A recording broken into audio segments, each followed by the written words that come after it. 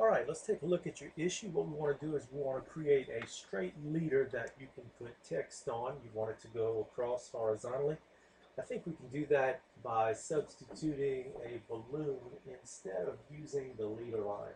The leader line is always going to want to have that shoulder for some reason in Inventor. They never have given an option to where you can leave that extension line off. In any case, let's take care of this.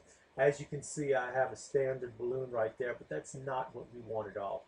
So what we're going to do is we're going to create our own balloon style within the Styles Editor. Go to the Manage tab and double click on Styles Editor. And once you do that, you should get this dialog box that comes up. And the first thing you need to do is you need to create yourself a unique standard. All right, you do not want to change your regular standards. So what you do is you right click on the standard that you want to duplicate, say new style, and then give it a name. Okay, and then that's what I did right there. Now there's another place you need to do that. Since you're creating a custom balloon, you're going to need to have a different balloon style as well.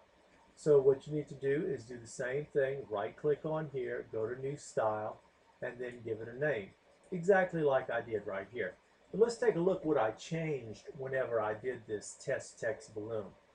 What I did was I changed the shape for starters, and I changed it to none. You want to make sure that it says none right there. And where it says property display, if you go here, you'll see that you have a whole lot of properties. But you don't want to use any of these because these are all associated with parts of your assembly or your model. You want to create a new property and then just give it some bogus name that has nothing to do with your drawing. Therefore, no properties will be able to be pulled in. Add it to here, and then OK. I accidentally killed that somehow, so let me just go ahead and I'll call that note again. There we go.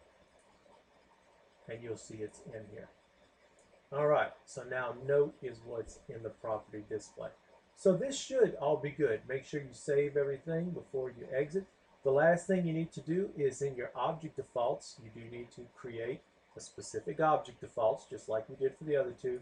But in here, make sure in your object defaults that you have, go ahead and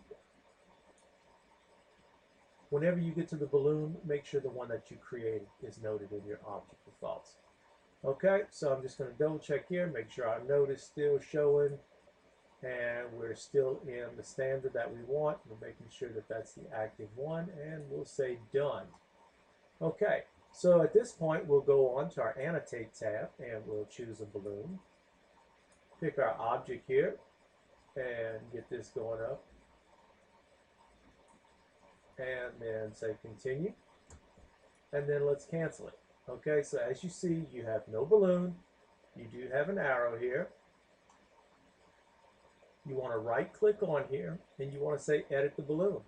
As you notice, there's no note here because we didn't put one.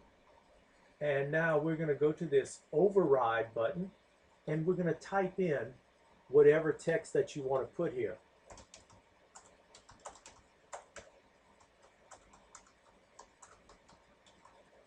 Okay, and once you do that, there it is.